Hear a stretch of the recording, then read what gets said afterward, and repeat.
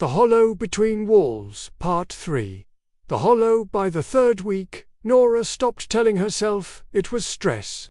There were only so many coincidences she could write off before the truth became undeniable. The whispers, the texts, the strange heaviness in the air. Something was inside the apartment, and it knew her. The first crack appeared in the plaster behind her couch. She noticed it on Sunday afternoon while dusting, a thin, jagged line that hadn't been there before. It ran down the wall in an uneven path, like something had pressed against the other side, trying to push through. She leaned closer, frowning. A faint draught slipped through the crack, carrying with it the smell of something stale, like old fabric left too long in a basement. She pressed her ear against it. Whispers flooded through. "Nora," pretty voice. "Stay with me." She staggered back, her heart racing. The crack pulsed, almost as if the wall itself had a heartbeat.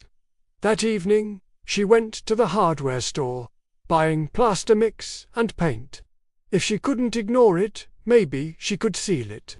By midnight, the crack was gone. Smooth and painted over, the wall looked harmless again. She collapsed into bed, exhausted, daring to hope the nightmare was over. But when she woke the next morning, the crack was back. Wider. And this time, her name was carved into the plaster. Panic clawed at her chest.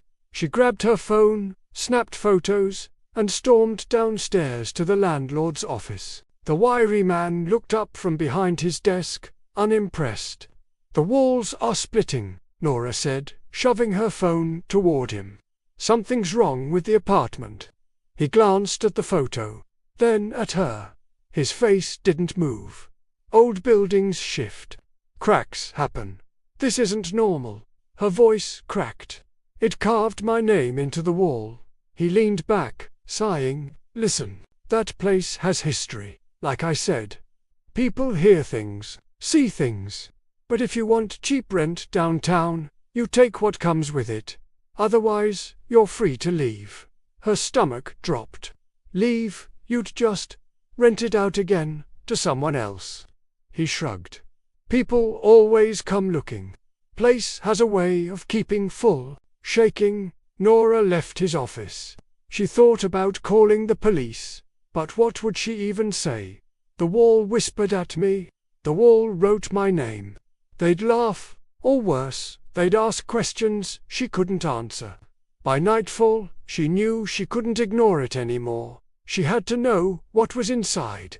Armed with a hammer and flashlight, Nora moved the dresser again. Her breath trembled as she set the flashlight beam on the crack, which now gaped wider than before. Her hands shook as she swung the hammer. The plaster gave way with a sickening crumble, dust choking the air. She coughed, swinging again and again until a jagged hole yawned open. The flashlight beam cut into the darkness beyond. It wasn't insulation or brick behind the wall. It was a hollow space, narrow, tight, a hidden crawl space running the length of the building. And in the dust, pressed against the other side, lay something pale. A hand. Nora stumbled back, dropping the flashlight. The beam rolled across the floor, illuminating the hand in stuttering slices of light. It wasn't fresh. The skin was yellow-gray, stretched over bone. The nails were long, curled, filthy. The hand twitched. A choked scream tore from her throat. She scrambled for the flashlight, fumbling to aim it again. The hand was gone. But the whispers filled the hollow, clearer now than ever. "You opened it, thank you, Nora." She shoved furniture against the hole, her body shaking, her eyes burning with tears. The air in the apartment grew heavier, pressing against her chest like a weight. Her phone buzzed. She didn't want to look. She already knew what it would say. But she did. "Don't cover it, let me see you." That night, she didn't sleep. She sat on the couch, clutching the hammer, staring at the blocked hole. Every few minutes, the furniture scraped faintly forward, shifting inches at a time as though something behind it was pushing. The whispers were no longer whispers. They were humming, low, patient, like something content to wait. When dawn bled pale light through the curtains, Nora's eyes ached with exhaustion. She thought of the old woman down the hall, her warning, "Don't answer them." But she already had, hadn't she? She had opened the wall. And now whatever lived inside it wasn't going to stop. It wasn't waiting for her to leave. It was waiting for her to break.